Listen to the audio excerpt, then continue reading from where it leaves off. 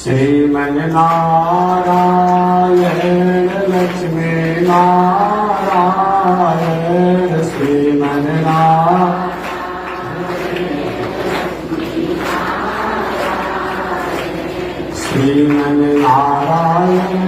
नारायण नारायण श्रीमन्नारायण नारायण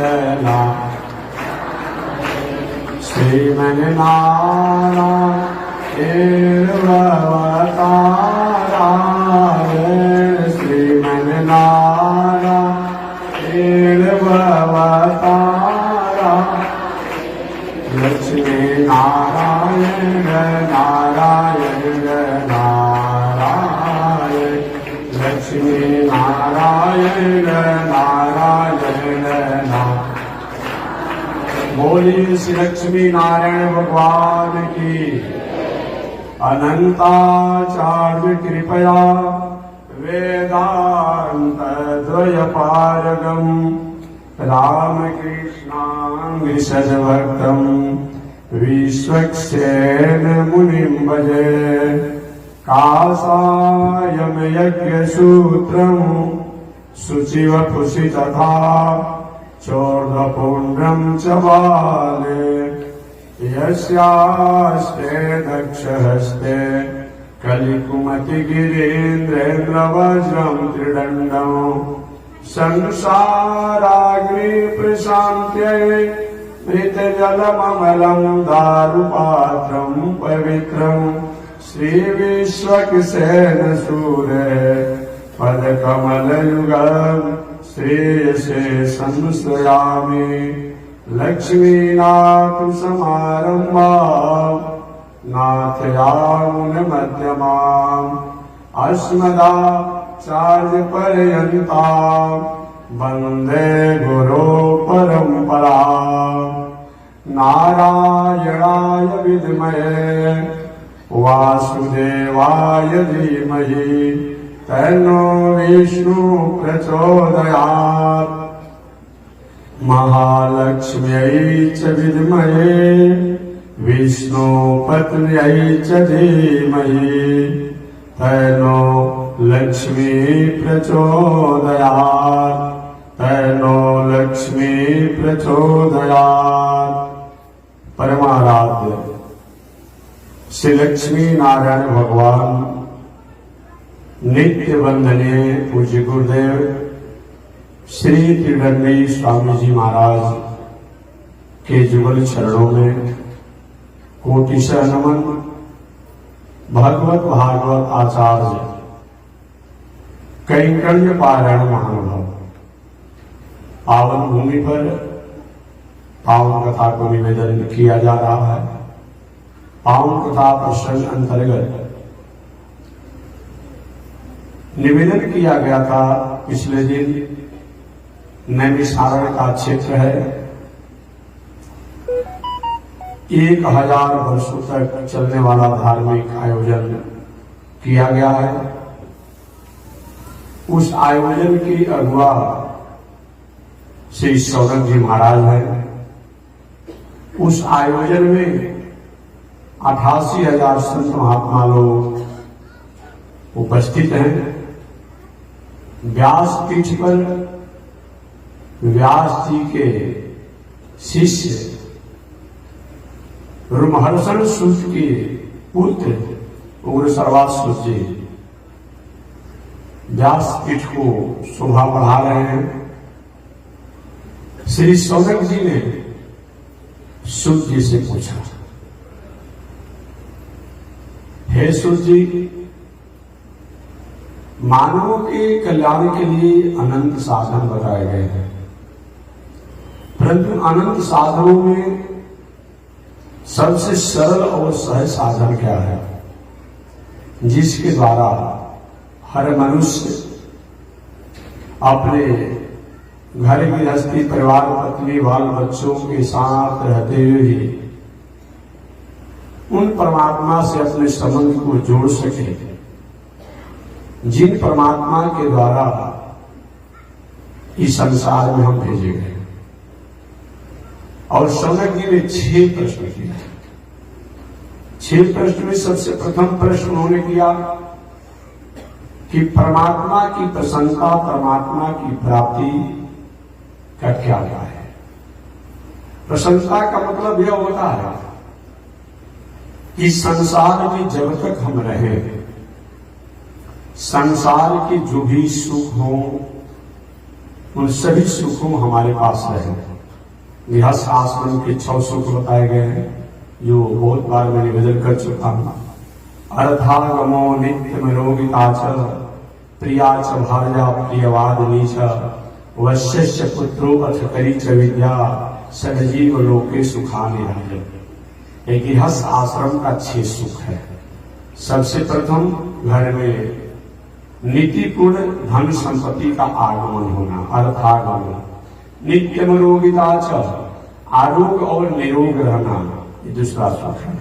अर्धागमो नित्यमरोगिता च, प्रिया च भार्या, घर में सुंदर पत्नी होना, ये तीसरा सुख है। प्रियवादिनी च, और उस पत्नी का सुंदर व्यवहार होना, ये चौथा सुख है। और आज्ञाकारी पुत्र होना, ये 5वां सुख है। और ऐसा पढ़ाई, घर में पढ़ाई होना चाहिए, विद्या जो धन को उपार्जन करने वाला हो। अथकरी च विद्या, सदजीव लोके सुखानि राजन्। इस सांसारिक सुख गृहस्थ आश्रम में बताए गए। दूसरा सुख क्या है? विद्यानंद सुख।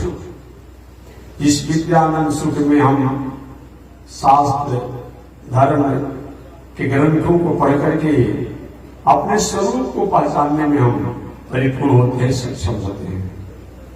आपने कभी विद्यापति जी का पढ़ा होगा, गंगा जी का, या और जब अलग अलग कवियों का आपने पढ़ा होगा। गंगा जी का जब वर्णन करने लगे तो उन्होंने क्या कहा? बड़ सुख सार पवन तुम्हें तीरे, क्षणिक सुभग सुभग वह नीरे, जिमि कर जब तक जोग ध्याना इत्यादि। हे गंगा जी, मैं आपसे यही प्रार्थना करता हूं, या मेरी यही प्रार्थना है, आप की नदी के किनारे जो पंछियां रह करके आपकी कलकल मिनाद को सुनते रहते हैं, आपकी लहरों के जल के बूंदों को पान करके और अपने को कृतार्थ मानते हैं, तो मैं भी चाहता हूं आपसे अलग न रहूं। इस प्रकार ये विद्यानंद है। उस विद्यानंद में पूरी दुनिया की स्थिति को, पूरी दुनिया के सिस्टम को, व्यवस्था को अपने लेखनी के द्वारा या अपने शब्दों के द्वारा आनंद का अनुभूति किया जाता है। जैसे हम लोग जब 15 अगस्त और 26 जनवरी को झंडा फहराते हैं तो क्या कहते हैं? ऊंचा सदा रहे झंडा हमारा। तो क्या करते हैं? हमारे भीतर से आनंद आता है, हमेशा आनंद आता है कि हमारा झंडा जो है यह ऊंचा रहना चाहिए।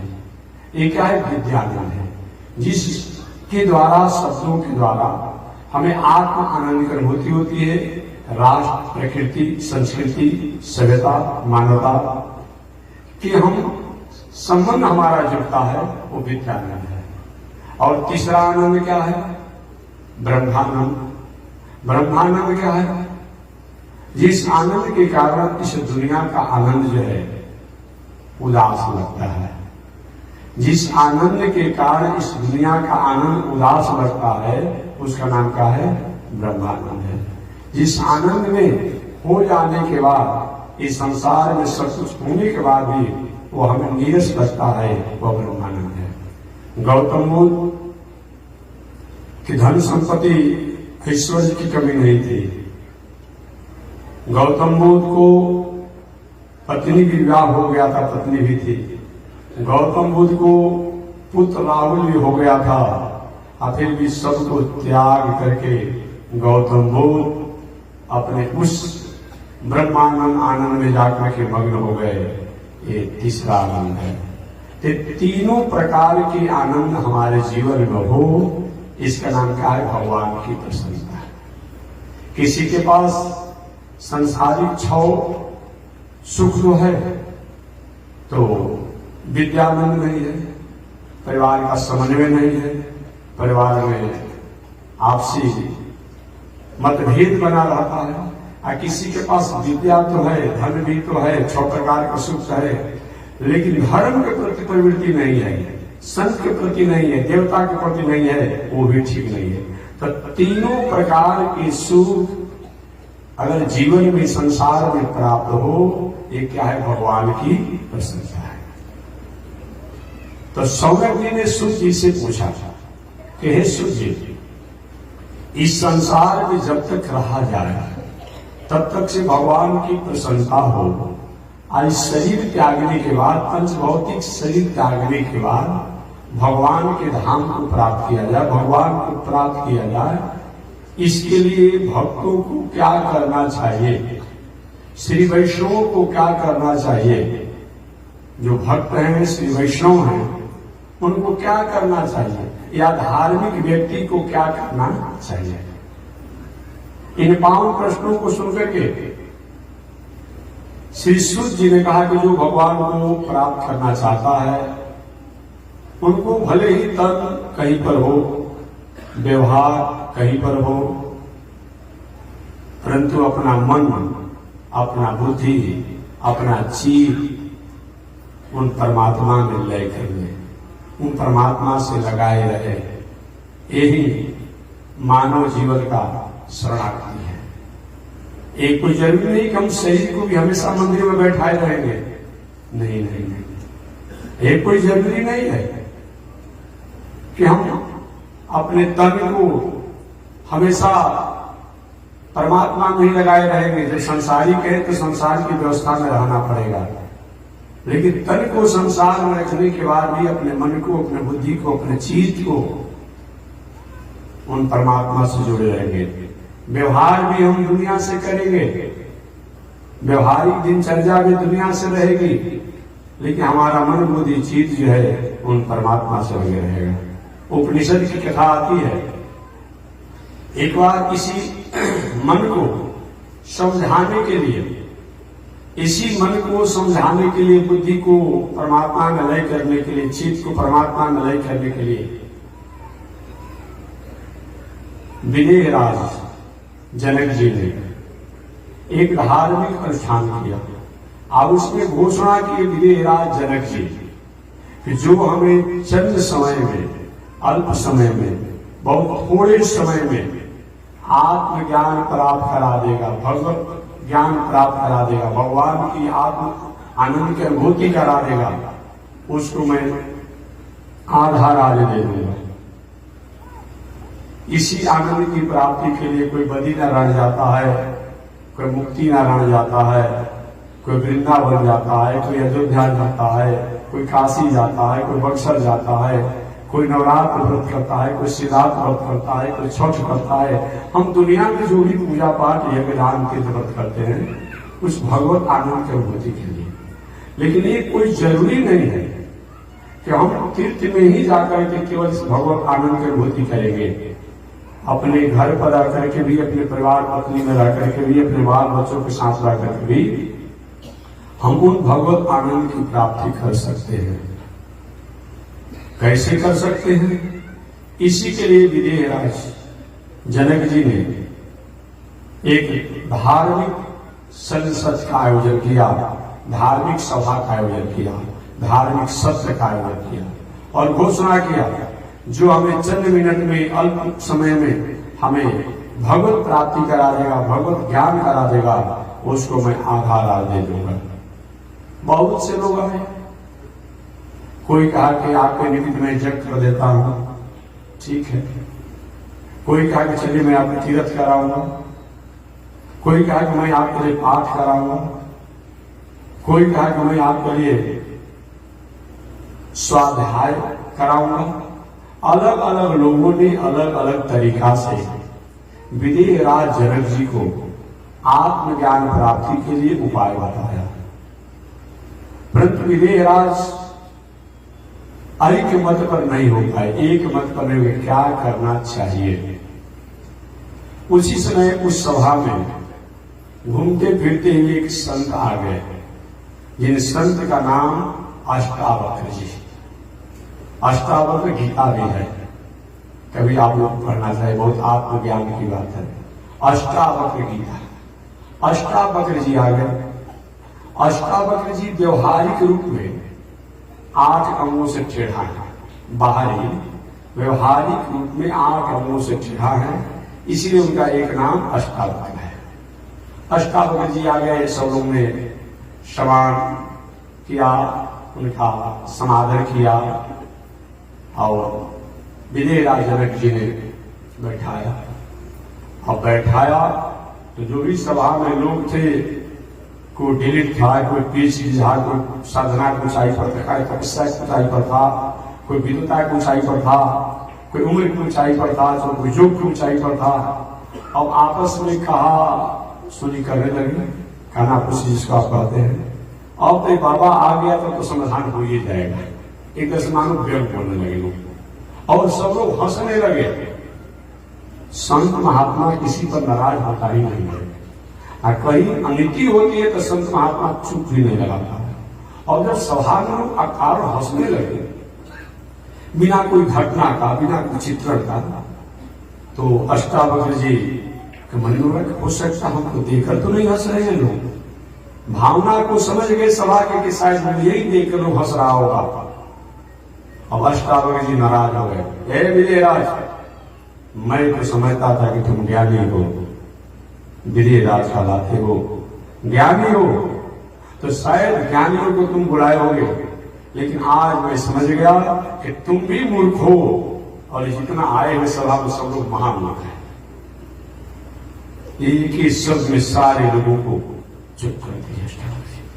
अब सब लोग अवाक कर गए, एक ऐसा संत है, सबको एक ही झोंक में कहे कि सब महामूर्ख है। विदेहराज जो आयोजन किए, आयोजक है, इनको भी मूर्ख कह दिया, महामूर्ख।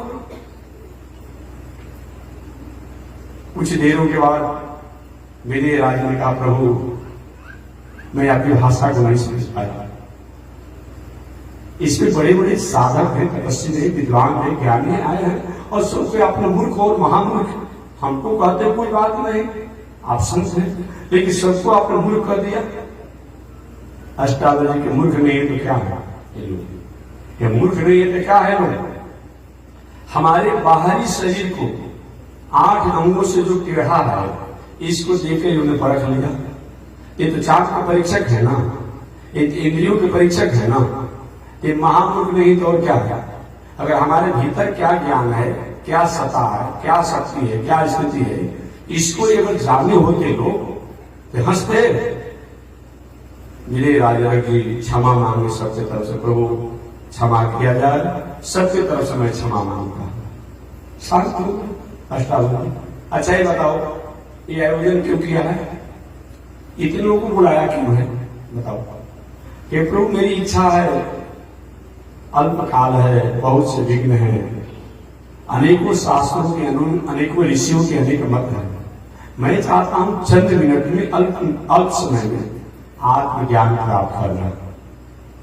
कौन सा ऐसा उपाय है जिसके द्वारा आत्मज्ञान को प्राप्त किया जा सके। अष्टावक्र जी को ये बताओ, कोई भी चीज जब लेना होता है तो या तो सामान को लेकर के देना होता है, या तो पहले दे करके तब लिया जाता है। जैसे खेती आप कर रहे हैं तो खेत में पहले आपने बीज डाल दिया, खाद डाल दिया, श्रम आप लगा दिए, और तब ना आपको बाद में फसल होगा। 1 महीना, 2 महीना, 3 महीना, 4 महीना के बाद पृथ्वी में जो कुछ हम डालते हैं तो बाद में हमें प्राप्त होता है। और एक होता है कि जब हो जाता है तो बाद में हम देते हैं। जैसे दुकान पर कहीं आप गए, आपने सामग्री ले लिया, सामान ले लिया, और सामान लेने के बाद तब जब पूंजी होता है उसमें सब पैसा दे देते हैं, ये होता है। ये बताओ तुम क्या चाहते हो, दे करके लेना चाहते हो कि ले करके देना चाहते हो। जनक जी के गुरु जी कौन अच्छा होगा, कौन अच्छा होगा, ले करके देना अच्छा होगा कि दे करके लेना अच्छा होगा। देखिए, दे करके लेने में हर क्षण हर पल में उसके प्रति हमारी तन्मयता रहती है, हमारी तन्मयता रहती है। हमारा इतना श्रम लगा है, इतना पैसा लगा है, इतना समय लगा है तो हमेशा इतना होना चाहिए, हमेशा उसका पत्र रहता है। जैसे आप खेती करते हैं तो 4 महीना तक क्या करते हैं, रात दिन खेत की चिंता बनी रहती है, इतना खर्चा लग गया, इतना क्विंटल बीघा होगा कि नहीं होगा, काठा होगा कि नहीं होगा, रात दिन चिंता लगी रहती है। कहीं और भी व्यापार में आपने कहीं कोई पैसा रुपया लगा दिया, इतना खर्चा मैंने कर दिया, इतना लाभांश होगा कि नहीं होगा। तो जो दे करके लिया जाता है उसमें तन्मयता बनी रहती है, और ले करके देने में थोड़ा सा करके भी हमें उदासी हो जाती है। अच्छा आप भाग रहे हैं, दिए नहीं जाएगा क्या करें।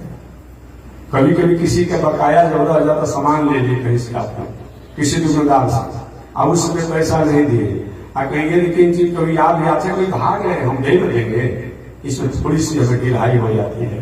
लेकिन जब किसी को लगा करके हम लेना चाहते हैं तो हमेशा उसमें तन्मयता बनी रहती है। अष्टावक्र जी ने कहा कि दे करके लेने में आनंद है।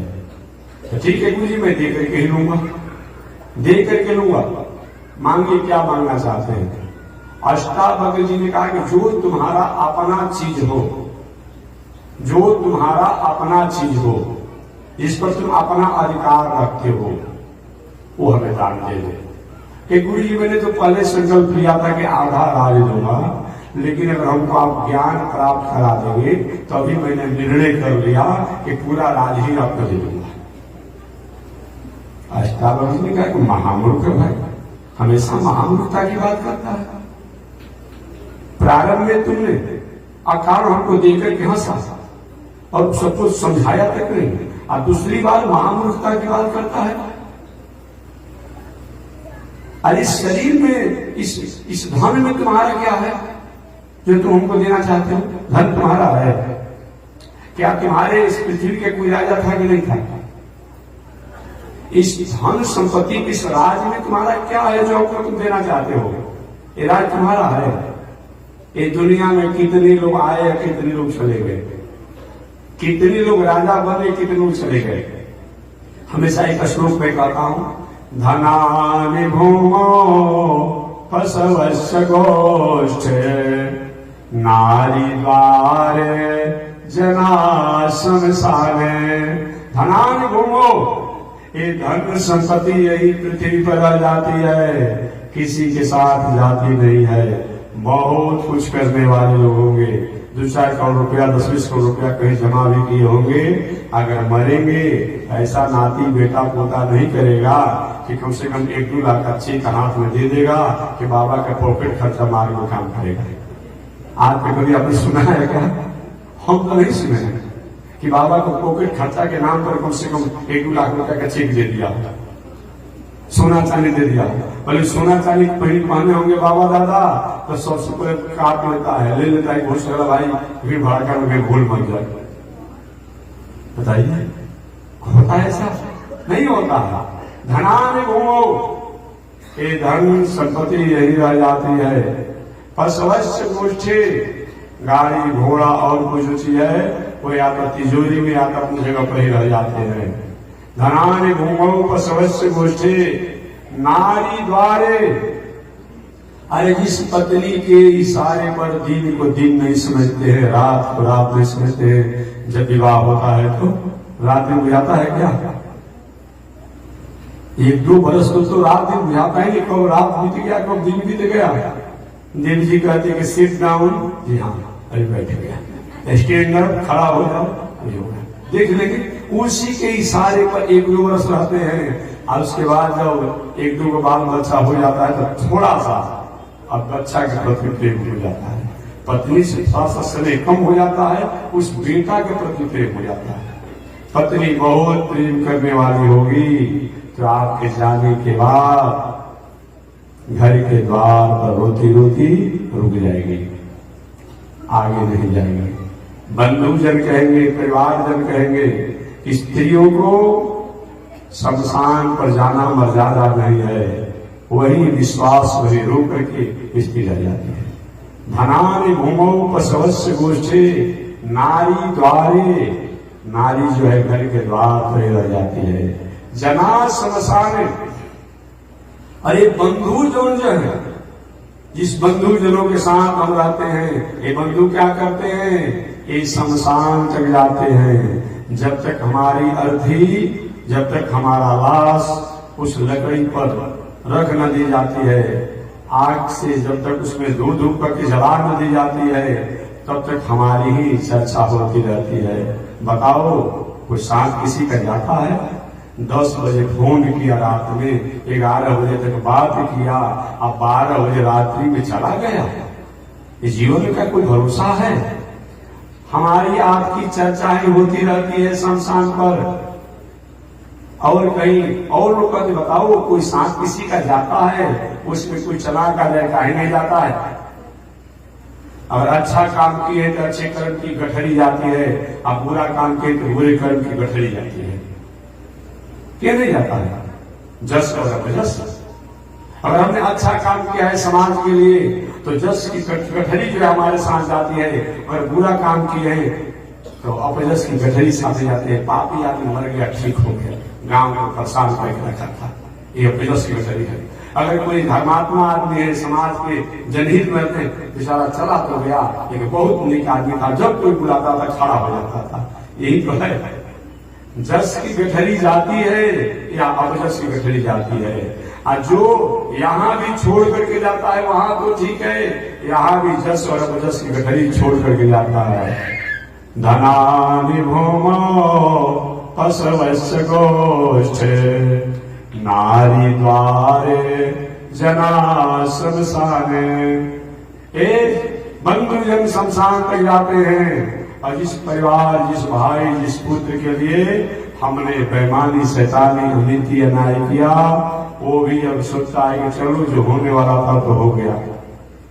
बाबा को मरना था मर गए, बाबू को मरना था मर गए, भाई को मरना था मर गए, पत्नी को मरना था मर गई। और क्या करता है, वो भी लकड़ी की चिता बोल के उसमें आग धरा करके परिक्रमा करके 5 बार।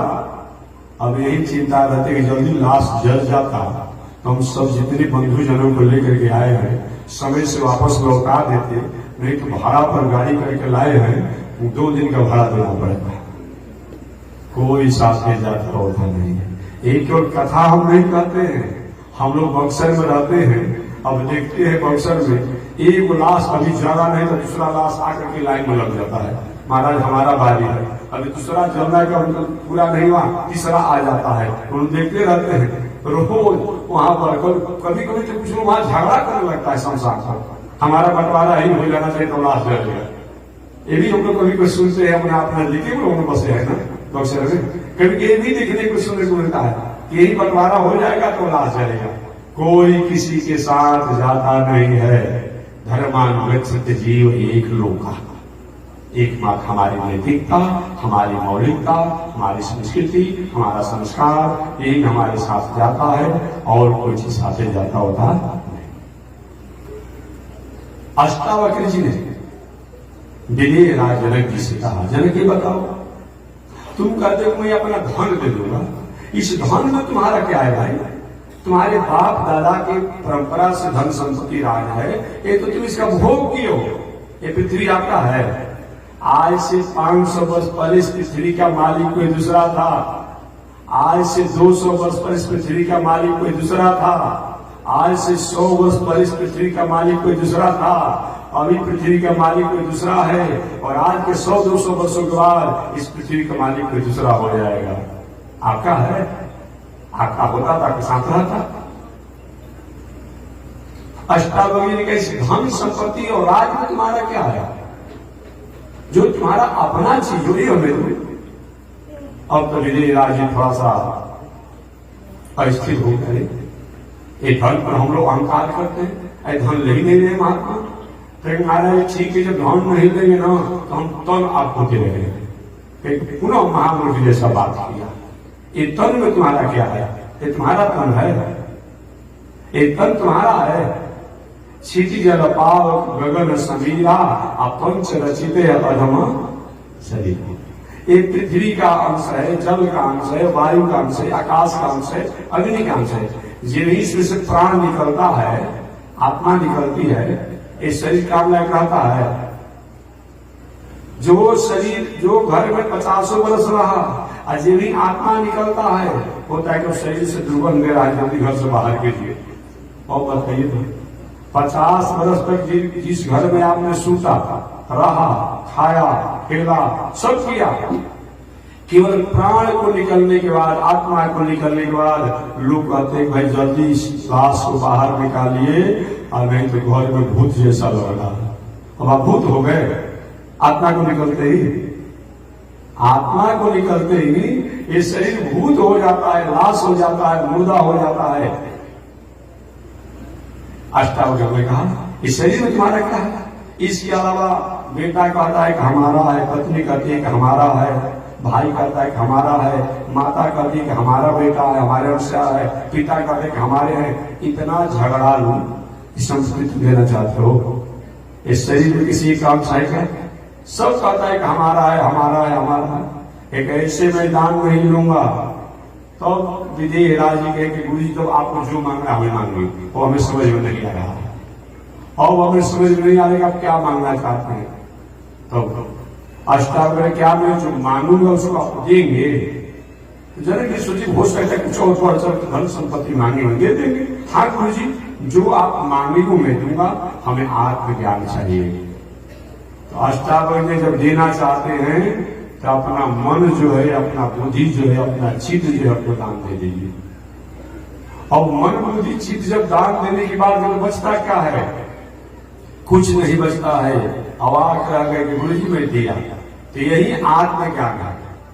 हम व्यवहार दुनिया से करें, बात समझिए, हम व्यवहार दुनिया से करें, हम कर्म दुनिया में करें, खेती, व्यापार, नौकरी, अध्ययन, अध्यापन, परिवार, पत्नी, बाल बच्चों के साथ रहे, ये कोई बंधन नहीं है। लेकिन अपना मन, अपना बुद्धि, अपना चित्त उन परमात्मा से हम हमेशा संबंध जुड़े रहे। ये हो गया तो हम घर में रह करके आत्म शांति को प्राप्त कर सकते हैं, आत्म आनंद को प्राप्त कर सकते हैं। इसी के नाम है आत्मज्ञान। इसी के नाम का है आत्मज्ञान। साधारण भाषा में आत्मज्ञान शब्द है शुद्ध शब्द में, लेकिन देहाती भाषा में आत्मज्ञान का अर्थ है ये आत्मज्ञान है। हम इस संसार में, संसार बंधन का कारण नहीं है। हमेशा मैं कहता हूं कि संसार बंधन का कारण नहीं है। संसार को अपना मान लेना कि हम ही और हमारा है, यही बंधन का कारण है। नौका को जल में ही रहना चाहिए। नौका को जल से बाहर निकाल दिया जाए, नौका फूट जाएगी, टूट जाएगी, बिगड़ जाएगी, कोई उसका महत्व नहीं है। लेकिन नौका में अगर जल भर जाए तो नौका जल में डूब जाएगी। नौका जल में ही रहेगी, लेकिन नौका में जल नहीं होना चाहिए। अगर जल हो भी जाए तो निकाल कर पात्रों से बाहर फेंक दीजिए। हम संसार में ही रहेंगे। संसार की वस्तु व्यवस्था में हम इससे अलग नहीं हो सकते, कोई अलग नहीं हो सकता है। हम कर्तव्य करें, व्यवहार करें, कर्म करें, लेकिन अपने मन को, अपने बुद्धि को, अपने चित्त को उन परमात्मा से, उन सत्य से हम उनमें स्थापित करें, उनसे संबंध रखें। यही आत्मज्ञान है, यही आत्मज्ञान है। श्री सूत जी ने कहा कि हे समय ऋषि, आपने कहा उन परमात्मा की प्रसन्नता के लिए क्या करना चाहिए, या उन परमात्मा को प्राप्ति के लिए क्या करना चाहिए। तो जब तक इस संसार में रहे, संसार में तीनों प्रकार के सुख हमें प्राप्त हो, और शरीर त्यागने के बाद उन परमात्मा से हमारा संबंध हो, उन परमात्मा की प्रसन्नता हो, उनके रूप को हम प्राप्त करें, इसके लिए हमें शरणागति करना चाहिए। शरणागति माने जो मैंने बताया कि आत्मसमर्पण, कल व्याख्या में मैं कर चुका हूं। आत्मसमर्पण, आत्मसमर्पण माने सब कुछ हमारा है, सब हम करने वाले। घर हमने बनाया, दलान हमने बनाया, मकान हमने बनाया, सब कुछ हमने किया। लेकिन ये माने कि करते हो कन्हैया मेरा नाम हो रहा है, प्रभु आपकी कृपा से सब काम हो रहा है। हम घर का दलान तो ठीक बना रहे हैं, अभी छत का ढलैया बाकी है, आके वही से सिर से दबा देगा तो ढलैया कराएंगे हम कि अधिक कुछ छोड़ भाग जाएंगे। तो करा रहा है तब हम घर बना रहे हैं। ये विचार करते हुए हमें शरणागति करनी चाहिए। अर्थात हम संसार के व्यवहार में रहें, संसार के कर्तव्य में रहें, संसार के कर्म में रहें, लेकिन अपने मन बुद्धि चित्त को उन परमात्मा से हम लगाए रहे और हर कर्मों को परमात्मा की भावना मान करके हम करें, बस यही शरणागति है। एक बार कहीं मैंने कथा आपको सुनाया था। देखिए भक्ति में और साधना में ये कोई बात नहीं कि सारा धन संपत्ति खेत पधार ले जाकर कहीं भगवान के मंदिर में लिख दीजिए, जीव स्वामी के मठ को लिख देंगे तभी आप भक्त फैलाएंगे। ऐसी बात नहीं है। हमारी भावना उनके प्रति होनी चाहिए। समय से कभी कभी आप दान पुण्य भी करिए, कोई बात नहीं है, लेकिन भावना जरूर होना चाहिए। एक बार मैंने बताया था कि बद्रिकाश्रम में एक संत घूम रहे थे बद्री नारायण में। अचानक एक मजदूरा मंदिर का काम कर रहा था, कुछ खर्च करके महात्मा जी ने स्वभाव बस प्रेम में पूछा, बेटा क्या करते हो? मजदूरा ने कहा तुम्हें दिखाई नहीं पड़ता मैं क्या करता हूँ? क्या करते हो? काम धंधा कुछ नहीं है, दूसरे का खाते हो, दूसरे का बस क्या करते हो? जाओ आगे बढ़ो, मजदूरी करते हो, क्या करता है? माता ने बेटा मैंने तो यही पूछा तुम क्या करते हो, इसमें नाराज होने की क्या बात है? ठीक है जाओ आगे बढ़ो। आगे बढ़ेगा महात्मा जी, दूसरे कुछ ही आगे बढ़े। दूसरा मजदूरा काम कर रहा था कि बेटा क्या करते हो? उस मजदूरा ने कहा बाबा पेट का सवाल है, परिवार का सवाल है, रोटी का सवाल है, कपड़ा का सवाल है, तो पेट के लिए, रोटी के लिए, परिवार के लिए मैं मजदूरी कर रहा हूं। ठीक है आगे बढ़े। आगे बढ़े तो तीसरा एक मजदूरा काम कर रहा था, वो भी मंदिर में काम कर रहा था। तीनों मजदूरी मंदिर में ही काम कर रहे थे अलग अलग। बेटा क्या करते हो? मजदूरा ने कहा बाबा भगवान ने बहुत बड़ी कृपा किया है, मजदूरी तो हम कहीं कर सकते थे।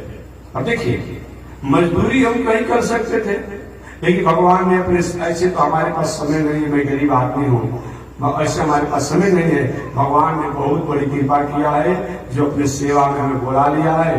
तो सेवा करता हूँ, मजदूरी करता हूँ, और मजदूरी द्वारा जो हमें मिलता है परिवार का भरण पोषण करता हूँ, और भगवान की सेवा भी हो गया। आई तो जो मिला मजदूरी रूप में वो परिवार का भरण पोषण करता हूँ। ये क्या है? यही शरणागति है, यही शरणागति है। शरणागति में किसी वस्तु का त्याग नहीं किया जाता है। प्रपत्ति में समर्पण में वस्तु को त्याग की बात नहीं आती है कि घर द्वार दलान मकान सब छोड़ देंगे तो बहुत बड़ा त्यागी होगा कहलाएंगे।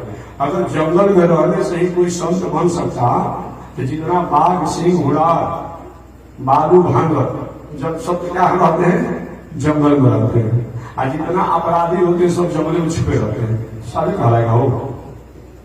नहीं नहीं नहीं नहीं, जंगल में रहिए तो या चाहे ऐसे रहिए तो हमारा उद्देश्य, अगर हमारा लक्ष्य ठीक नहीं है तो हम जंगल में रह करके भी हमें कोई मतलब नहीं। हमारा उद्देश्य और लक्ष्य ठीक है तो हम घर परिवार हर जगह रख करके हम जंगल जैसा ही मंगल को प्राप्त करते हैं। यही सवाल है आत्मसमर्पण। जब तक आत्मसमर्पण शरणागति नहीं हो पाती है तब तक से भगवान की प्रसन्नता नहीं होती है। तो श्री सूत जी ने कहा कि हे सौनकी, भगवान को प्रसन्न करने के लिए सबसे प्रथम है शरणागति। जब तक ये संसार में जिंदा रहे हम जो भी कर्म करें परमात्मा का मान कर करें, और इस शरीर त्यागने के बाद उन भगवान को प्राप्त करने की लालसा होना, इच्छा चाहिए। आगे सौनक जी ने पूछा ऐसा किसी ने किया क्या? कौन ऐसा भक्त है? तो उन भक्तों में नाम आता है प्रहलाद जी का। प्रहलाद जी के जीवन में जितना आपत्ति विपत्ति आया कोई विचार कर सकता है? जिस पिता ने, पिता पिता होता आत्मा वही जाए थे पुत्र, जिस पिता ने उस प्रहलाद अपने पुत्र प्रहलाद को मारने के लिए कभी अग्नि से जलाया, कभी सड़कों से बसवाया, कभी हाथी के पैरों से कुचलवाया, कहीं जल में फेंका, कहीं पहाड़ से फेंका, क्या नहीं किया, फिर भी प्रहलाद जी हर परिस्थिति में उसको स्वीकार करते रहे। जिसमें प्रहलाद के पिता हिरण्यकश्यप का वध नरसिंहावतार भगवान द्वारा हो गया। भगवान नरसिंहावतार ने प्रहलाद जी से कहा कि क्षंतव्यो में अपराध, बेटा प्रहलाद मेरे अपराधों को क्षमा करो। ऐसा कभी आपने सुना है क्या? भक्त जो है भगवान से क्षमा मांगता है, लेकिन भगवान भक्त से क्षमा मांगते हो ये तो कभी कभी सुनने में आता है। भगवान क्या कहते हैं? क्षंतव्यो में अपराध। बेटा प्रहलाद, मेरे अपराधों को क्षमा करो। अरे भाई, भगवान कौन सा अपराध कर दिए कि प्रहलाद से क्षमा मांग रहे हैं? भगवान कहते अपराध यही मेरा है, इतना तुम्हें परेशान किया गया, कष्ट दिया गया, सताया गया, अब फिर भी तुम मार्ग से विचलित नहीं हुआ और दूसरे को परेशान भी नहीं किया, उस कष्ट को सहता रहा। अतः हमें आने में देर हुई, लेकिन प्रतीक्षा तुम करते रहा, इसलिए क्षंतव्यो में अपराध। दूसरी बात, आज कहीं अभी शिवरात्रि सावन आया है ना, सावन में कितने लोग का नियम है कि एक महीना हर सोमवार को जल चढ़ाएंगे, किसी को नियम है कि पूरे सावन में एक महीना जल चढ़ाएंगे, सबका अलग अलग नियम है। लेकिन ये आप जानिए कि अगर कोई मनौती कोई किया हुआ, अगर कहीं नहीं पूरा हुआ तो कितने छोड़िए, क्या सावन भादों में रखा हुआ है, आज 12 वर्षों से जल चढ़ा रहे हैं शंकर जी का, ये हमारे घर तक नहीं बनवाए, ये गाड़ी तक 4 व्हीलर व्यवस्था में क्या पूजा करना है? इतने परेशान हो जाते हैं, इतने परेशान हो जाते हैं। लेकिन धन्य है प्रहलाद जी, इतना परेशानी होने के बाद भी कभी भगवान को दोष नहीं दिए। हमेशा एक दार्शनिक बात मैं कहा करता था, कोई भी व्यक्ति को अपने से पीछे के पौधान पर जो लोग हैं उनको जरूर देखना चाहिए। अपने से पीछे के पौधान के व्यक्तियों को जो हम देखते हैं कि पीछे जो है हमसे धन में, बल में, पद में, प्रतिष्ठा में, मान में, सम्मान में, शिक्षा में जो पीछे है, और उनकी तरफ मैं देखता हूं और सुनता हूं, तब होता है कि भगवान ने हमारे साथ बहुत बड़ी कृपा किया है। और केवल हम आगे की तरफ देखते हैं, केवल हम आगे की तरफ देखते हैं, इसमें कभी कभी धन जन पद प्रतिष्ठा आने पर हमें अहंकार हो जाता है। इसलिए आप आगे बढ़ने के लिए आगे तो देखिए, लेकिन पीछे आगे बढ़े हैं वो हमारा हमेशा बरकरार बना रहे, नुकसान न हो। उस आगे बढ़ने की धन संपत्ति पद प्रतिष्ठा जो मिला है, इसके द्वारा कहीं हम मिसयूज मत कर दे, कहीं दुरुपयोग मत हो, कहीं इसके द्वारा हम भटक न जाए, इसके लिए पीछे भी देखिए कि हम पहले क्या थे, हमारे पीछे कौन कौन हुए हैं। ऐसा होता है कि कितना भी धन हो, बल हो, पद हो, इस हम कहीं गलत मार्गों में नहीं जाते हैं, गलत मार्गों में नहीं जाता। इसीलिए एक जीवन में होना चाहिए। तो प्रहलाद जी सब कुछ होने के बाद भी किसी को दोषी नहीं ठहराए। अरे अंत में तो यहाँ तक जब भगवान प्रहलाद जी से कहे बेटा वर मांगो, भक्त को बहुत देखा गया लेकिन तुम्हारे जैसा नहीं देखा गया, वर मांगो। प्रहलाद जी कहे प्रभु अगर वर देना चाहते हैं तो सबसे पहले तो वरदान नहीं दीजिए कि मेरे पिताजी की अधोगति नहीं होनी चाहिए। आज साधारण पिताजी डांट देते हैं तो हम 15 दिन बोलते नहीं, 1 महीना बोलते नहीं, कोई भोजनों बंद कर देता है पिताजी का बाबा का। प्रहलाद जी का वरदान मांगते हैं, प्रभु अगर आप वरदान देना चाहते हैं तो मेरे पिता का जो लाश पड़ा है आपके द्वारा मारने से, ये मेरे पिता की अधोगति नहीं होनी चाहिए। भगवान ने कहा बेटा तुम्हारे जैसे पुत्र होने के बाद भी और तुम्हारे पिता की अधोगति होगी, जो तुम्हारे पिता द्वारा शरीर से जो व्यवहार किया गया था इसका दंड को मिल गया। अब इनको अधोगति की कहां से बात है? कुलम पवित्रमो जननी कृतार्था वसुंधरा भागवती च धन्या देशे च लोके पितरोऽपि धन्या। कुलम पवित्रम, वह कुल पवित्र हो जाता है, खानदान पवित्र हो जाता है, पृथ्वी पवित्र हो जाती है और माता पवित्र हो जाती है। जैसा कुलम, इस घर में भगवान के भक्त हो जाते हैं तुम्हारे जैसा, अतः तुम्हारे पिता की अधोगति नहीं होगी। दूसरा वरदान मांगो।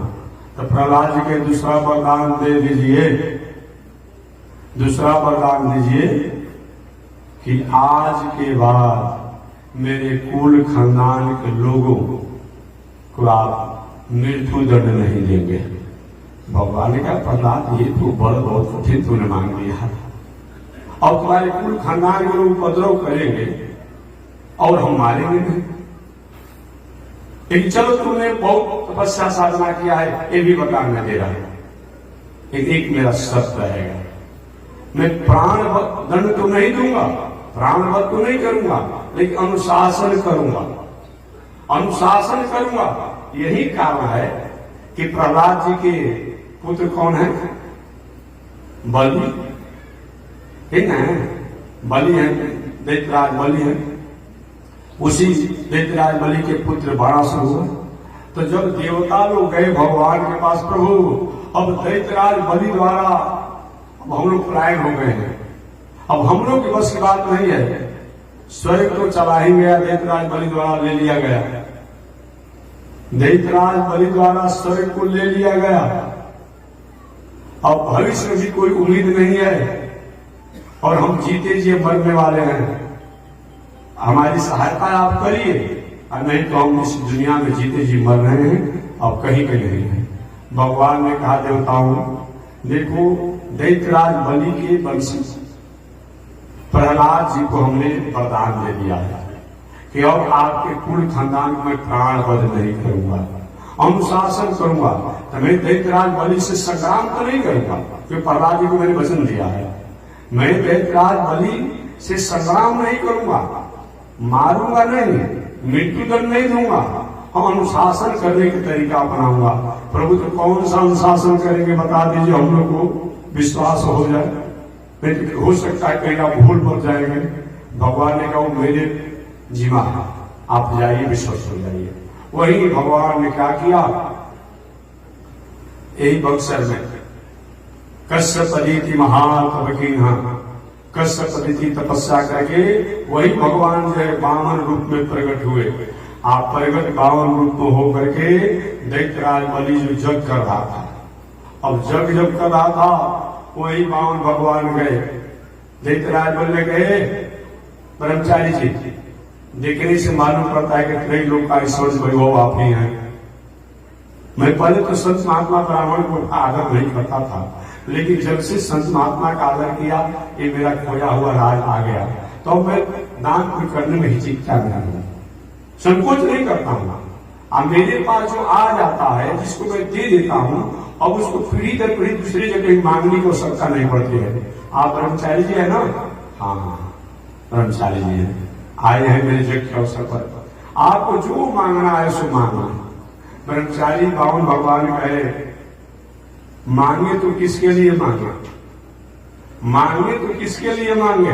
महाराज हमें कुछ नहीं चाहिए, जहां जाते हैं वहां सुन ही लेते हैं, जहां जाते हैं भिक्षा मिल ही जाता है, और क्या चाहिए? नहीं कुछ मांगना पड़ेगा, आपने द्वार पर आए तो बावन भगवान के जब देना ही चाहते हैं। तो मैं कभी कभी पूजा पाठ जग इत्यादि करता हूँ, मैं जग करता हूँ, महाराज जाके मेरे खेत में खाली कीजिए, यहाँ जग सारा बना दिया, आप लोग खेती करना है और खेत खाली करना पड़ता है, मेरा ठान हो रहा है। तो हमको कम से कम 3 पग भूमि दे दीजिए, 3 पग भूमि दे दीजिए। बड़े जोरों से दैत्यराज बलि ने हंसा, अरे तुम ब्रह्मचारी हो, तुम्हारी बुद्धि भी ब्रह्मचारी जैसा ही खाई है, ये 3 पग में क्या करोगे? ये 3 पग मांगने के लिए मेरे मुंशी मैनेजर से तुम जाकर मांग सकता था, हमसे मांगने 3 पग आए हो, क्या करोगे इसमें? कहीं देखिए देना है तो 3 पग दीजिए, और लेना भी होगा तो मैं 3 पग लूंगा, इससे बेसी नहीं लूंगा। अच्छा तो ठीक है, 3 पग में क्या करेंगे कि 1 पग भूमि जो होगा उसमें बैठेंगे, आसन लगाएंगे, और 1 पग भूमि में जो है कुंड बनाएंगे, और 1 पग भूमि में जो है ये हवन के समान जो है इत्यादि को रखेंगे। इसी बेसी क्या देंगे?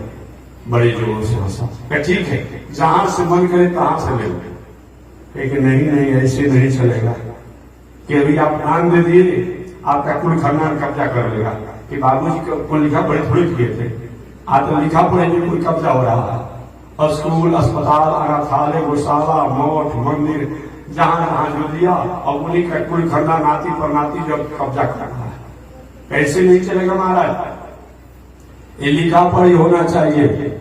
तो पहले के जमाने में संकल्प जो था वही लिखा पढ़ी था।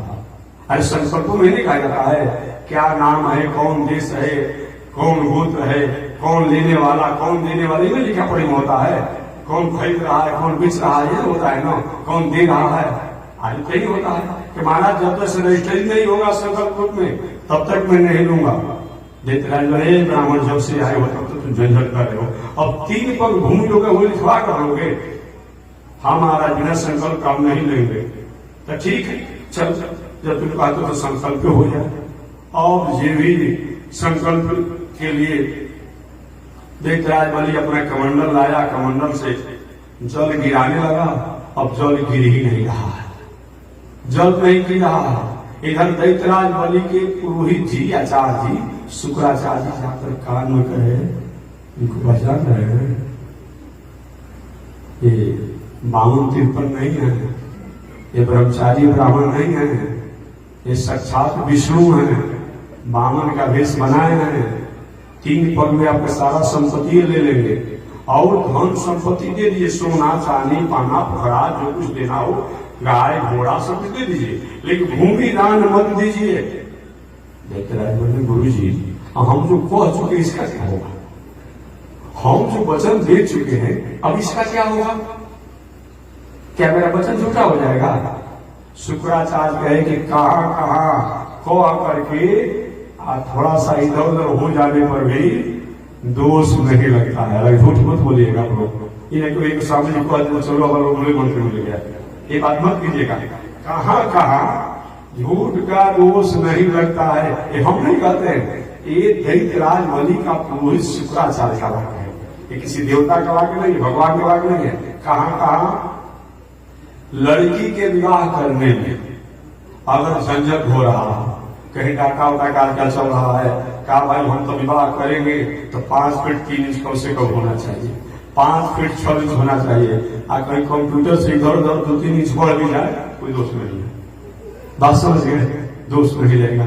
पढ़ाई लिखाई में भी थोड़ा सा भले, हालांकि काम खोजने का माहौल, लेकिन अगर विषम परिस्थिति आती हो तो पढ़ाई लिखाई में नहीं, हमको तो ऐसा चाहिए वैसा, तो थोड़ा सा 19-20 चाहिए, कहीं 8वां क्लास पास है और मैट्रिक का सर्टिफिकेट चाहिए तो देख कर कहीं इधर करके अपन कुछ काम बना लीजिएगा।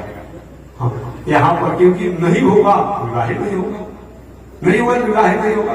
तो जो विवाह शादी के रूप में कन्या हो तब, लड़का हो तब, अब तो कुछ दिन के बाद लड़की के विवाह पर समस्या समाज को बन ही रहा है, लेकिन आगे आने वाले समय में ऐसा होगा बहुत लड़का लोग का विवाह में समस्या बन जाएगा, लड़का लोग का विवाह में समस्या बन जाएगा। जो आज इसका कारण ये हमारी माताएं हैं। एक बात मैं जरूर आप लोगों से निवेदन करूंगा, आप लक्ष्मी स्वरूपा हैं, थोड़ी सी अपनी बातों पर ध्यान दें कि जो आज अविवाह शादी जिन माताओं का हो गया है, 5 लड़का है, अब 5 लड़का नालायक है, उसके प्रति थोड़ा भी इनको क्षोभ नहीं है, और 2-3 लड़की लगातार हो जा रही है, तो सब देवी देवता के रोना शुरू कर देती है। क्या है भगवती जी, क्या है महादेव जी, क्या है हनुमान बाबा, हम इतना पूजा पाठ किया, हमारा 3 लड़कियां दे दिया। लड़का चाहे नालायक कहीं नहीं हो, लेकिन 5 को 6 को 10 को जितना लड़का अपनी बात नहीं, और लड़की अगर हो जाए तो रोने लगती है। नहीं। अब इसके लिए तो आज का नया वैज्ञानिक तकनीकी द्वारा अब गर्भे से लड़की को कटवा दिया जा रहा है, गर्भपात करा दिया जा रहा है, बहुत बड़ा अपराध है। ऐसा हो रहा है समाज में, राष्ट्र में। एक दिन ऐसा समय आएगा कि लड़कियों का विवाह करना तो समस्या हो ही गया है, लेकिन लड़कों का विवाह करना भी समस्या हो जाएगा। लड़की नहीं रहेगी तो कहां से विवाह होगा। इसीलिए ऐसा माताएं तुम्हारा अधिकार है, एक काम को मत होने दो, जितना लड़का में प्रसन्नता रहती हो उतनी लड़की में भी प्रसन्न रहो तुम अपने आप में, क्योंकि वो लड़की 2 गो 4 गो 5 गो जो होते हैं अपने भाग से आती है। अच्छा हमको बता दीजिए, कभी आप किसी घर में 10-20 को लड़की हो, मान लीजिए, कभी कोई व्यक्ति को आप नहीं देखो व्यक्ति लड़की के विवाह करके कहे दिवालिया हो गया, नहीं दिवालिया नहीं हुआ, थोड़ी समस्या डाउन हो जाती है, लेकिन ऐसे बहुत से लोग खान पान रहन सब उठन बैठन बिगड़ने का बहुत से लोग दिवालिया हो जाते हैं। वो अपने भाग से आती है, जहां जाएगी उसका भाग गुजर होगा। इसीलिए कभी भी गर्भ में जो लड़की जान करके हत्या करा दिया जा रहा है, 3 प्रकार का पाप लगता है गर्भ के बालक की हत्या कराने पर। एक तो गर्भ के बालक को समाप्त किया गया तो एक पाप हो गया, दूसरा गर्भ के बालक जो होता है वो देवी देवता के समान होता है, वो भी दोष लगा, और तीसरा कुल खानदान का अपना आप हुआ, वो भी दोष लगा। जीव की हत्या किया, चार प्रकार का दोष लगता है। और जो गर्भ के बालक बालिका को हत्या कराता है, मरवाता है, गर्भपात कराता है, अगले जन्म में उनको बंध्या होना पड़ता है। बात समझ गए? कितना भी महाराज आशीर्वाद दे दे, कितना भी देवी देवता का पूजा कर लीजिए, लेकिन वो मुश्किल भी बाल बच्चा के रूप में जन्म नहीं लेगा। इसीलिए ऐसा मत कराइए। जो ऐसा कराता है इस पर विचार करना चाहिए, ये नहीं होना चाहिए। तो चलिए मैं आगे प्रसंग में चलता हूं।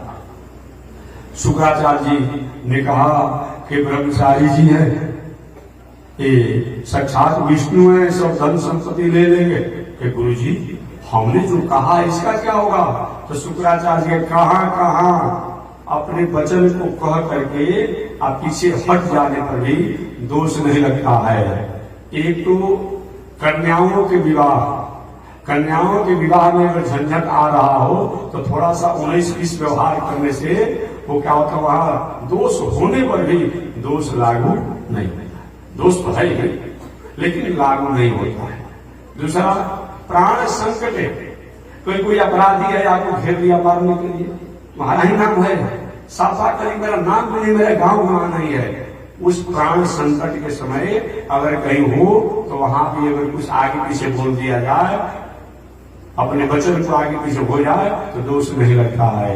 और जीविका पार्जन में, जीव को उपार्जन में, व्यापार इत्यादि करने में थोड़ा सा 19-20, लेकिन इसका मतलब ये नहीं कि हमेशा मैं कहता हूं कि अपने 100 रुपए के सामान का इकट्ठा को दुकानदार हो तो स्वाभाविक क्या कहेगा, देखिए भाई हम 150 रुपए में खरीदे हैं, लेकिन आप हम 100 रुपए पर देंगे, आप हमारे आदमी हैं। खरीदा है कितना में? 100 रुपए में। 100 रुपए में सामान खरीदा है, दुकानदार कोई है तो अजू बेचेगा 150 रुपया पर। देखिए मैं आपसे कसम खा रहा हूँ 150 रुपया पर खरीदा हूँ, लेकिन आप हमारे आदमी हैं, इसलिए मैं आपको 125 दे दूंगा। तो क्या हुआ? 25 रुपये तो फायदा हुआ ना। जीव को पार्जन। हाँ, एक काम मत कीजिए कि अब गेहूं बेचना है, गेहूं में मुश्किल फेंट भेजिए, आप आलू फेंट भेजिए, एक काम मत कीजिए। हाँ, ये नहीं होना चाहिए। दूध बेचना है, दूध में पूरा पानी फेंट भेजिए। पानी का एक हिसाब होता है कि भाई कितना पानी होना चाहिए। हाँ, सरकार ने इस चीज को कि आई भाई कितना को कितना माना जाएगा, और बेचना होता है तो कितना इसमें कूड़ा करकट सब उसको माफ किया जाता है। तो ये सब बिजनेस व्यापार जीव को पार्जन में अगर थोड़ा सा 19-20 हो जाए तो बहुत दोष नहीं लगता है। दोष तो लगता है, बहुत दोष नहीं लगता है।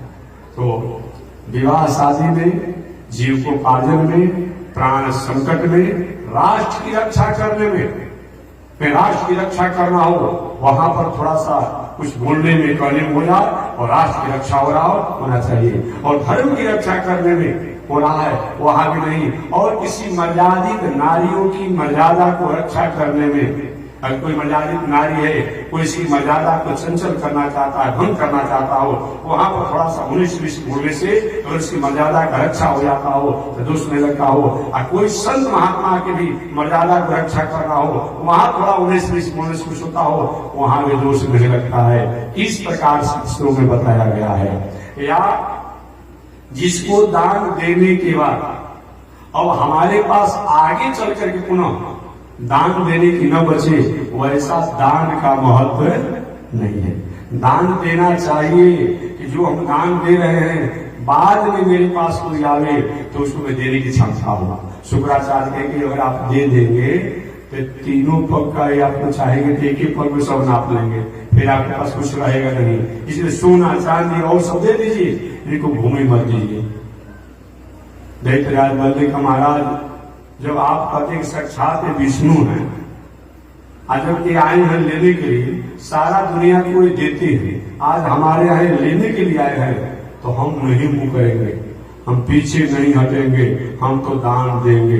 तब शुक्राचार्य जी ने अपने जजमान देकर आज बलि को साफ दे दिया, जाओ श्री विहीन हो जाओ, लक्ष्मी से विहीन हो जाओ।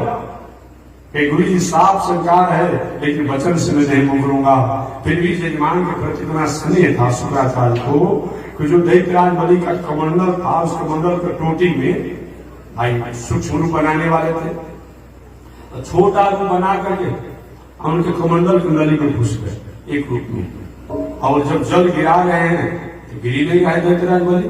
बावन भगवान कहे राजन आपने इतना दान पुण्य किया है, दान पुण्य में इतना आपने संकल्प किया है कि जल गिरते गिरते कमंडल के नदी में काई लग गया है, ये हमारा कुशा ले लीजिए आसन वाला जो है, और थोड़ा अपने कमंडल की नदी को साफ कर दीजिए। और वही जो कुशा दिए बावन भगवान और दैत्यराज बलि ने चली वो कमंडल के नदी को साफ करना चाहा तो शुक्राचार्य सूक्ष्म रूप उसी में थे और उनका एक आंख जो है गोविंदाय नमो नमो फूट गया जी।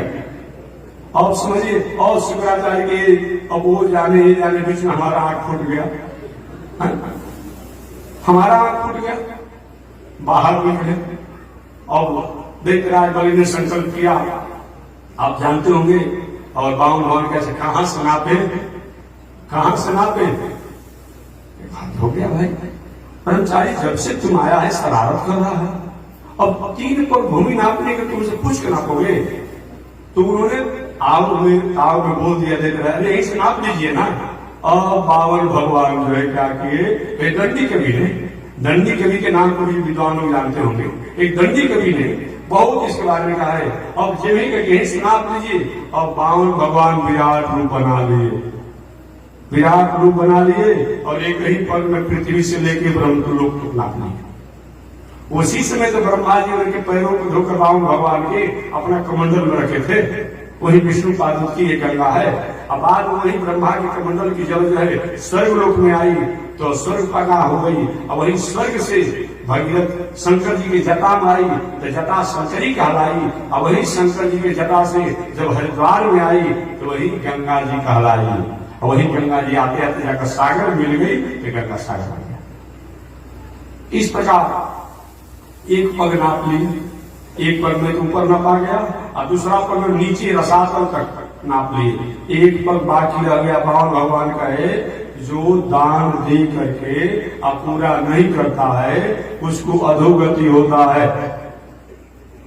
पूरा करो का महाराज हम क्या जानते थे कि अब आएंगे 52 रुपये नापने के लिए इतना बड़ा विशाल बना लेंगे, तो हम कहां से दे कि नहीं दोगे तो दंड होगा। तो वही भगवान ने क्या कि उनको बंधन में बांध दिया, दैत्यराज बलि को बंधन में बांध दिया। उस समय दैत्यराज बलि की पत्नी विंध्यावली आई और विंध्यावली ने कहा महाराज जी दासी आपसे कुछ प्रार्थना करना चाहती है, बोल क्या करता है। अच्छा ये बताइए केवल दान देने वाले के लिए नियम लागू है कि दान लेने वाले का नियम लागू है? और कोई जानता हो कि किसी के पास 1000 रुपया दान देने की क्षमता है और उसके पास कहीं 5 लाख का दान कहीं मांगता हो तो क्या मांगने वाले पर नियम लागू नहीं होगा? ये मेरे पति तो आपको कर्मचारी समझकर कहे कि और मांग लीजिए, लेकिन आप तो जानते थे कि हम जब नापने लगेंगे तो दूसरे पग में सारा जमीन हम नाप लेंगे तो 3 पग आपने मांगा क्यों? तो जो जान करके किसी की औकात से अधिक मांगता है उसका क्या होता है? अब तो बावन भगवान चुप लगा गए। देखिए जब भी हमारा राष्ट्र मुक्ति को प्राप्त किया है ये माता जी को कार्य किया है, और जब ये राष्ट्र हमारा में हरास हुआ है लेकिन थोड़ी सी कमजोरी दिखा हुआ है, याद रखिएगा। अब समझिए अब दैत्यराज बलि बंधन में है लेकिन बावन भगवान को अपने वचनों में बांध दिया विंध्यावली ने। बावन भगवान के ठीक है अभी तो 3 पग पूरा करना पड़ेगा, आगे जो कहोगे मैं मानूंगा। दैत्यराज ने कहा प्रभु एक बात मैं आपसे करना चाहता हूँ, एक बात यही मैं करना चाहता हूँ कि भूमि बड़ा होता है कि भूमि का मालिक बड़ा होता है? भगवान ने भूमि का मालिक बड़ा होता है, स्वामी बड़ा होता है।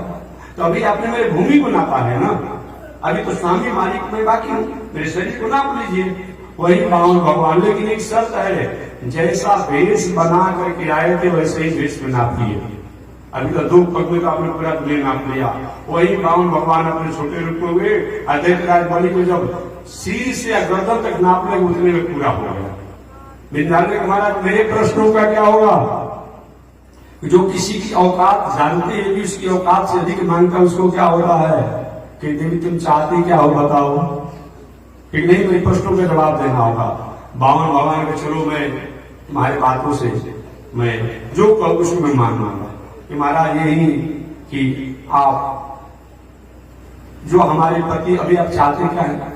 बावन भगवान के मैंने देवराज इंद्र को वचन दिया था कि मैं संग्राम को दैत्यराज बलि से नहीं करूंगा, लेकिन मैं राज आपको दिलाने का प्रयास करूंगा।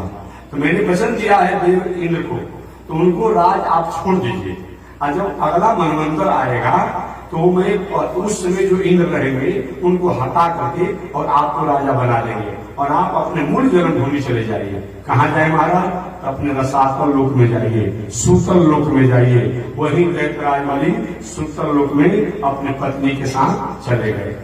फिर डालने के महाराज आपके साथ में रहेगा क्या चीज? आप हारे हैं, ये दुनिया के लोग जाने, इसके लिए आपको भी मेरे साथ चलना होगा। ठीक है, मैं चलूंगा। क्या करना है वहां पर? क्योंकि आप जब हमारे पति या हम घर से बाहर आवे या बाहर से भीतर जाए, आप द्वार पर दर्शन देते रहिए। भगवान का तुम्हारा पहरेदार बन जाए ना, इन तुम घर में पहरेदार नहीं, लेकिन आप दर्शन देते रहिए। इसीलिए पावन भगवान ने एक स्वरूप से नित्य द्वार नित्य बलि के द्वारे बामन रूप खड़े, वो बामन रूप पे भगवान हमेशा खड़े रहते हैं। बहुत दिनों तक ये चलते रहा, और बहुत दिनों चलने के बाद एक बार लक्ष्मी जी दैत्यराज बलि के यहाँ जाकर के दासी बन गई। क्या बन गई? दासी बन गई सेवा करने के लिए। अरे भादो में आता है, भादो में रक्षा कब आता है? सावन आता है। रक्षाबंधन कब होता है? सावन में होता है। तो सावन में सावन पूर्णिमा होता है ना, सावन पूर्णिमा के अवसर पर वही लक्ष्मी जी ने दैत्यराज बलि से कहा कि मैं आपकी बहन हो गई, और बहन जब हो गई तो मैं आपके हाथों में रक्षा बांधना चाहती हूँ। देखिए बांध, वही रक्षा लक्ष्मी जी ने दैत्यराज बलि के हाथों में रक्षा बांधा। और रक्षा जब बांधी तो लक्ष्मी ने कहा कि बहन अगर रक्षा बांधी तो भाई से कुछ लिया जाता है। दैत्यराज बलि से कही कि मांगो, क्योंकि दूसरा कुछ नहीं मांगना है। ये आपके जो नौकर बनकर द्वार पर पहरा दे रहे हैं, ये मेरे स्वामी जी हैं, मेरे पतिदेव हैं, इनको आप मुक्त कर दीजिए, ये भगवान को मुक्त कर दीजिए। वही लक्ष्मी जी ने बावन भगवान को एक स्वरूप से मुक्त कर दिया, और तब लक्ष्मी जी उन बावन भगवान को लेकर के अपने लोक में आई। इस प्रकार मैं निवेदन करना चाहता। एक बात इसी के साथ और मैं निवेदन करती, यहाँ तो ये हो गया शुक्राचार्य के महाराज आप लोग तो दोनों आदमी समझौता कर लिया, मेरा आंख फूट गया। मेरे बारे में क्या विचार हो रहा है? बावन भगवान ने कहा जो दूसरे के लेन देन में और दान दक्षिणा में जो इस तरह से बाधा पहुंचाता है, विवाह में, शादी में, पूजा में, पाठ में, जप में, तीर्थ में, व्रत में, उनकी यही हाल होती है। तो महाराज मेरे ऊपर कृपा कीजिए। तो ठीक है, जाइए शुक्राचार्य जी आपने जजमान के लिए काम किया है तो आपको आशीर्वाद है। और दुनिया में लोग अगर काना हो जाएंगे तो उनके दर्शन करने पर बहुत समस्या संकट आने की संभावना रहती है।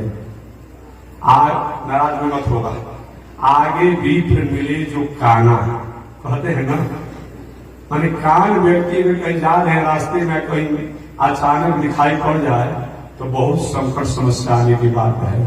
लेकिन शुक्राचार्य जी ऐसे हैं कि कान होने के बाद भी जब तक इनका दर्शन नहीं होता है तब तक से मांगलिक काम होता ही नहीं है।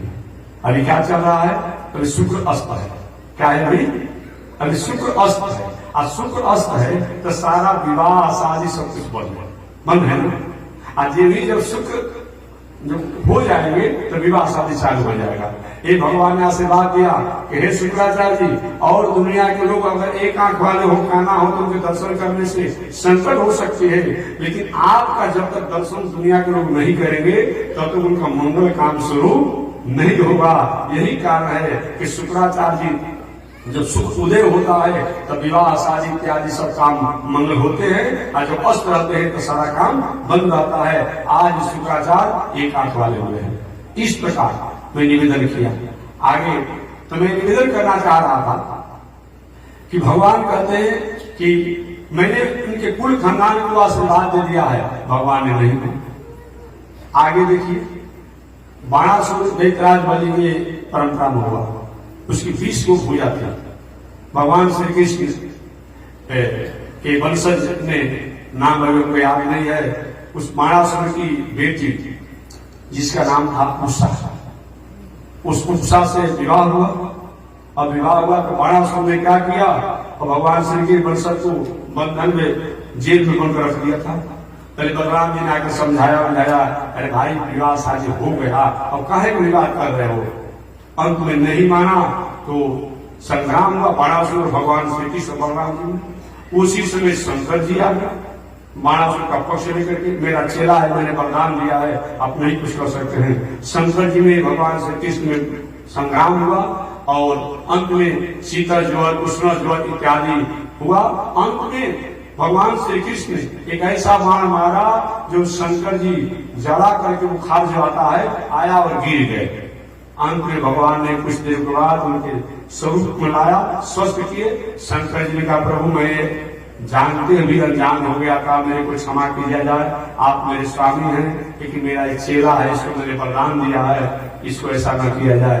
भगवान ने आप अभी वरदान दिए हैं, ऐसे कुल खानदान प्रहलाद को मैं वरदान दिया हूँ कि तुम्हारे कुल खानदान को मैं वध नहीं करूंगा, कोई गलती करोगे तो तुम पर अनुशासन करूंगा, इसलिए आप जाइए कैलाश। शंकर जी चले गए, बाणासुर की 18 भुजा काट करके और 2 भुजा छोड़ दिए, वही बाणासुर। तो मैं कहना चाह रहा था कि प्रहलाद जी ने कहा, प्रभु आज के बाद मेरे कुल खानदान के लोगों को वध मत कीजिएगा। भगवान के वरदान तो बहुत कठिन तुमने मांगा, लेकिन चलो पूरा करूंगा। यही कारण है कि दैत्यराज बलि से भूमि मांग लिए, बाणासुर को 18 भुजा काट करके छोड़ दिए, लेकिन प्राणवध नहीं किए। तीसरा वरदान प्रहलाद जी मांगो, तो प्रहलाद जी तीसरा वरदान नहीं दे दीजिए कि आपके चरणों में मेरी भक्ति बनी रहे। इस प्रकार यही प्रपत्ति है, यही शरणागति है। तो श्री सूत जी ने कहा कि भगवान की प्रसन्नता के लिए, भगवान की प्राप्ति के लिए अनंत साधन है, लेकिन अनंत साधनों में भगवान के भक्तों को भगवान की शरणागति करनी चाहिए। शरणागति माने आत्मसमर्पण, माने हमारे पास सब कुछ हो, लेकिन सब कुछ होने के बाद भी यही मानना चाहिए यह भगवान का है, भगवान ने कृपा किया है तब हमको दिया है। यह अगर हम करते हैं तो हम निश्चित रूप में संसार में भगवान की प्रसन्नता को प्राप्त करके और शरीर त्यागने के बाद भगवान के पाके अधिकारी बनते हैं। दूसरा प्रश्न हुआ कि मानव का श्रेष्ठ साधन क्या है। 6 प्रश्न है ना, तो मानव का श्रेष्ठ साधन क्या है। तो मानव का श्रेष्ठ साधन जो है, शास्त्र के जो सार है, शास्त्र ने जो कहा है, उन शास्त्र में कहे हुए आचरण को अपने जीवन के आचरण में उतारना, मनमुखी ढंग से कोई हमें आचरण नहीं करना, यही शास्त्र का सार है। अर्थात शास्त्र ने जो परमात्मा की प्राप्ति के लिए, जो सत्पथ पर चलने के लिए हमें मार्ग बताया है, अब उस पर रहना। अब ये नहीं कि आज का नया नया धर्म, कोई कहता है शंकर जी के मंत्र ले लीजिए, भैरव बाबा के ले लीजिए, काली जी के ले लीजिए, दुर्गा जी के ले लीजिए, और कुछ भी खाएंगे पिएंगे तो कोई हर्ज नहीं।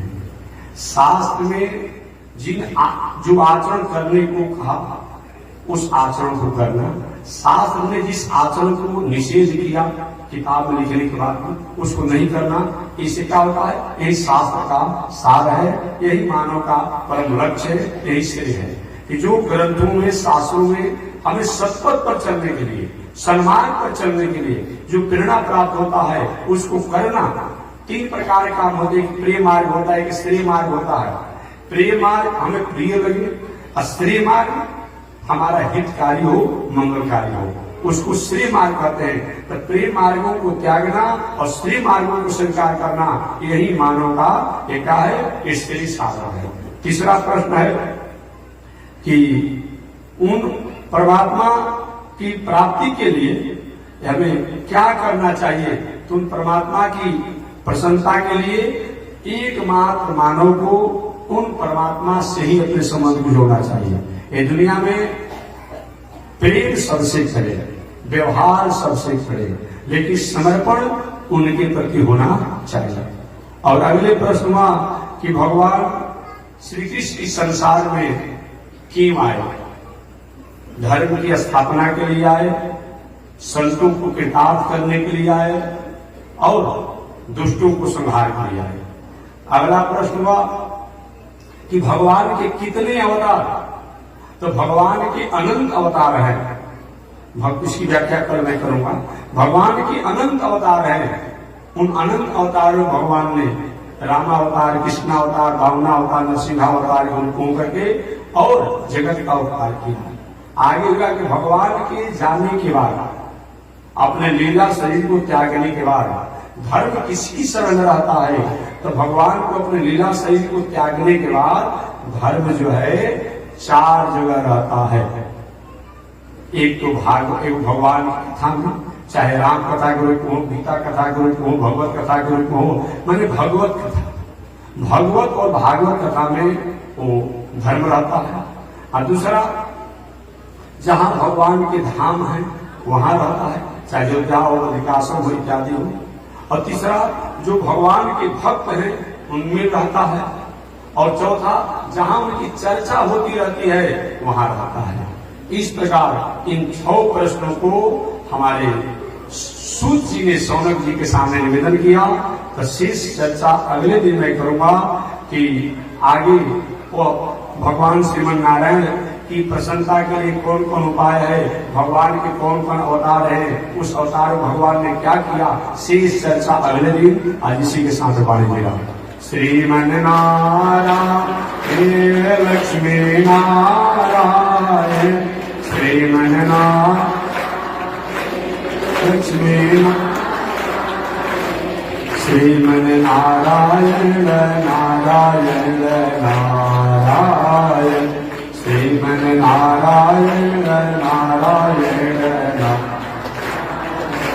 लक्ष्मी नारायण नारायण नारायण, लक्ष्मी नारायण नारायण नारायण। बोलिए श्री लक्ष्मी नारायण भगवान की, विश्व जगदाचार्य श्री त्रिदंडी स्वामी महाराज की। हरि ओम। शांति ही शांति ही शांति।